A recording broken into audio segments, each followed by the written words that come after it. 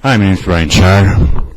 I'm the guy who gave out $5,000 down at the bus terminal, and then afterwards had the cops called on him because they thought it was counterfeit money. When I gave it out, the last one I gave out to was the bus driver, and he decided to call the cops on me. He wouldn't take it because he said that it's against their policy, and I was in a happy, loving mood, and I was being silly, so I shoved it underneath his seat. Like not underneath his ass, but underneath his seat. And I walked away, and I'm like, hey, you should really check underneath your seat. And I went back and took my seat, and I was going to go shopping at my store that I shop at every day. I was buying, when I had money, back then, oh my god, it was so great. I was buying fresh fruit every day. So I go there every day, and they all know me. So they didn't wait for me to come out. They went inside and ripped me out of the store, in the middle of the store.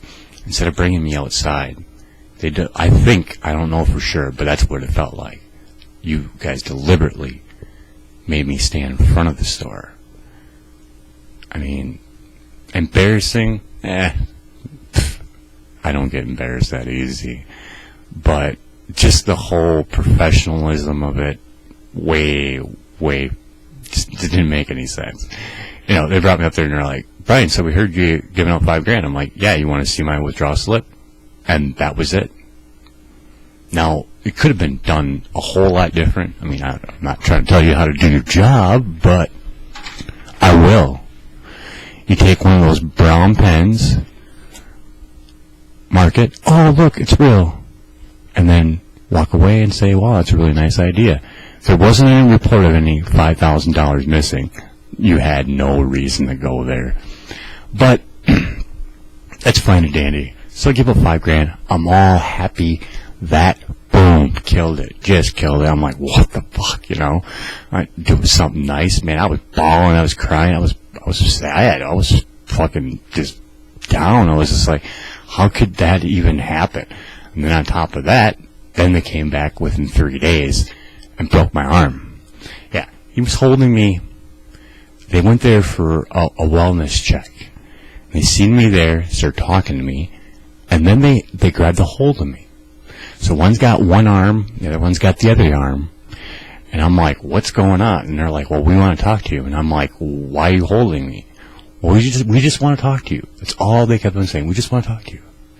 And then me, from my back surgery, I quit watching TV. I stopped.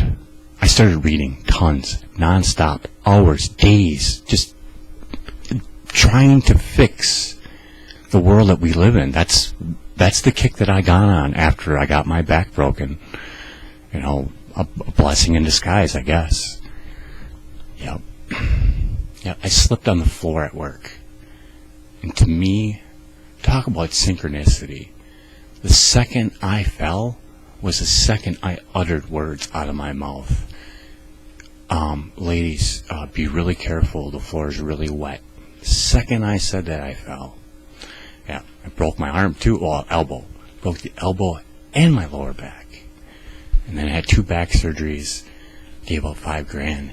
And then I got my arm broke again. Man, did that suck. So he's sitting there holding it. And then I uttered, I couldn't even control my mouth. I just uttered the Constitution right out of my mouth. You don't have a sign alpha made it. You don't have no reason to hold me. I'm going home. I moved my foot. And Mr. Green, if we ever go to court, I want to hear why. Why the fuck did you twist that fucker? Damn, dude. So I say I'm going home. I move my foot just a little bit. When you pulled it back, it sounded like a shotgun. It was so freaking loud. It echoed in that room. Now, there's 12 witnesses there. Now, these are all people that are on Social Security. Very scared. They're all scared. They're all worried that they're going to lose their money. Boy, is that fucked up. So, I, after getting the arm broken, twisted, thrown in the cop car for, I want to say, an estimate of 2 hours. But you guys had that heat on so high in there, and that window was just barely a crack, and you guys were having a ball doing it too. You'd go back over there, talk to the lady, giggle, giggle, giggle, giggle, come back. Hey, you want to talk to her? No, I don't want to talk to anybody. And then you go back over there again. I had a white ring around my mouth for how dry and hot it was in that cop car. Now, then you guys bring me to the emergency room, and when they put the sling on it, they put it on so tight that my hand turned purple, and I had to pull it off. Now, I don't know about the other two officers. I didn't get your names, but I do remember the conversation that we did have in there before I was almost ready to fall asleep. You guys were saying, one officer tells the other officer, what happened to this guy's arm? The other officer says, oh, he broke it in a fight at Walmart. I got a good memory. I'd like to find out your two names, but at least you know that I know. Because then when I uttered, no, the cop broke it, you guys shut the fuck up real quick, didn't you? Yeah. Yeah, this is some very, very twisted scenario, because it just keeps going from there. So you got that. Then you guys showed me in Brown County. But see, with Brown County, we have actual paperwork. Yeah. We were there for 12 days. And I don't know. I knew I could have probably persuaded my way to get out. But like in the back of my mind, I wanted to see on how much help you guys were willing to give me. And this is what I got. May I please take a picture of my arm for documentation for later if I ever go to court? You know what they uttered to me? No, Mr. Shar, we cannot do that because that is a conflict of interest. Now, the people that are there, I would so like to have you subpoena in, because you guys know I was there for 12 days. No one looked at my arm until I, spiritual moment, I'll tell you that, decided to go read your rule book word for word. And then I found out your ordinance saying that you need to take care of me. The second I wrote, I went up to the desk, and you guys just thought, well, you're just another fucking crazy guy. I was like, hey, can I get some paper? Gave me some paper. I wrote it up. I wrote up 2 copies, shoved one in my shoe, just for later, just in case. And then I handed it to you. You know how many seconds it took to utter the words, Mr. Shar, we need to take you down immediately and get your arm checked? 12 days. Now, you're thinking, yeah, you gotta win. Yeah, you got your, no, no, it goes from there. Yeah, it does. It really does. It's almost like being in a horror flick, but without being scared. I could give a shit less, because, I'm all about the alternative thing. I really am. I mean, that's just my belief. We're energy. We don't, yeah. But anyways, so we're there. All right, Mr. Shar, we need to go. If we go to the specialist, he checks the arm. The specialist utters, Mr. Shar, you need a brace immediately. Not hours, not days, immediately. Now, hanger, where you get the actual brace from, is a hop, skip, and a jump right from there. Nope, can't do it. He goes, no, we can't do that. We have to bring you back. And I'm like, what? I'm like, you just heard the guy. Guy says I need to get treatment for my right arm. And if you look up humerus fracture, if it is not braced properly, it does not set right. I don't know if I can get a little one, but in the morning it really gives a good one. But so we go back to the institution. So we're there, and I'm like, yeah, but and I uttered those words, hey, you heard the specialist? He says I need a brace right immediately. I'm like, what are you guys waiting on? And then I'm like, well, I guess I'll just mark this down. And I walked back, and then they ran back out again. No, Mr. Shar, no, you misunderstood. No, we're taking you right now. It's okay. Calm down. We're going to take you right now. So, do you think it's over? It's not. So then we go there. We're there at Hanger, and they're like, we need money. And I'm like, cool. I'm like, hey, dude, just bring me over to my ATM machine. I got $1,200 in there. I'll go grab it out, and I'll get my brace, because the T-shirt thing was working, but yeah, not the greatest. So he's like, no, we need to go back again. You know, and this guy that's doing it, oh, dude, thank you at least.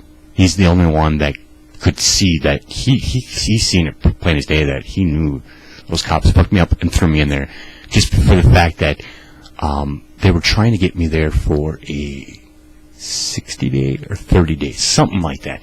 But this is how it all goes out.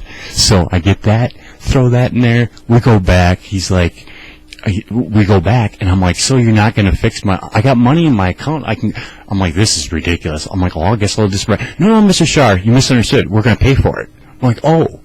So it's 1, 2, 3, 3 trips. 3 trips total, and then we finally get it. Now, here's the kicker now. Now, this is awesome.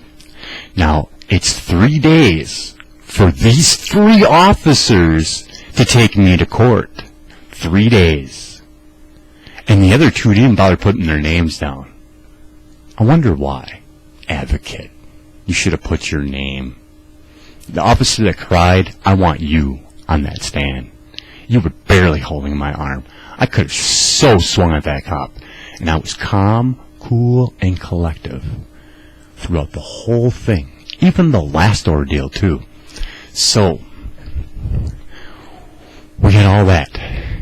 What fun. The 3 days are up. Mr. Shar, you're released. Oh, but I thought these officers were going to take me to court and try keeping me in here for 3 months. Or 6 months. I think it was 6 months. It was fucking long. I was like, whatever, dude. That's not going to happen. So, they drop it completely. Amazing, huh? Drop it completely.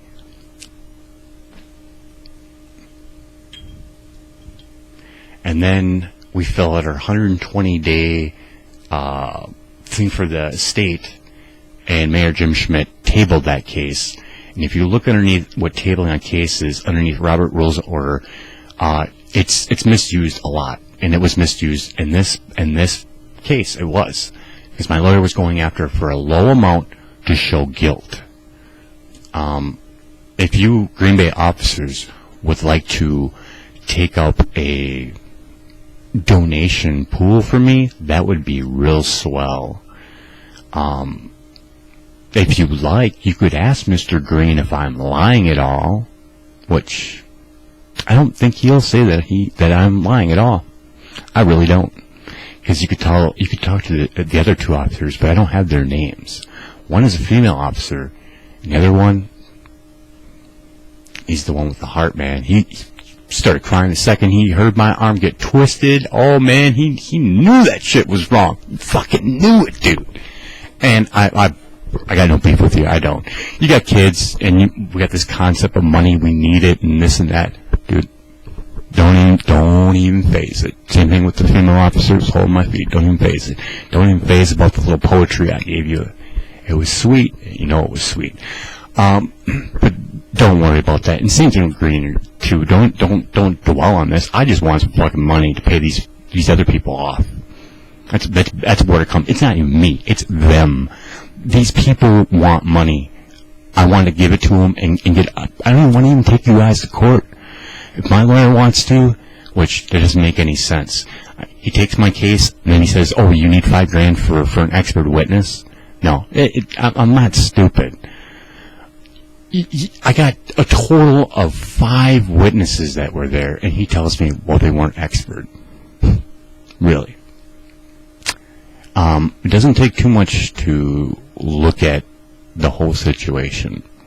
Over 5 people with signed affidavits, and you also have a video, which you could not get because it was another conflict of interest. Vicky Pamachir, I don't know why you didn't give me the tape. I don't know if it was the correlation between your husband being ex-chief of fire department or whatever, but you know, that whole thing is just it's just amazing on how something like this can happen to a lower income person and just kind of like push it off as, well, that guy's crazy, he's delusional. But just think of this one. What if it was your child? Thank you to the little boy on Main Street for the donation. Thank you. You all have a good one.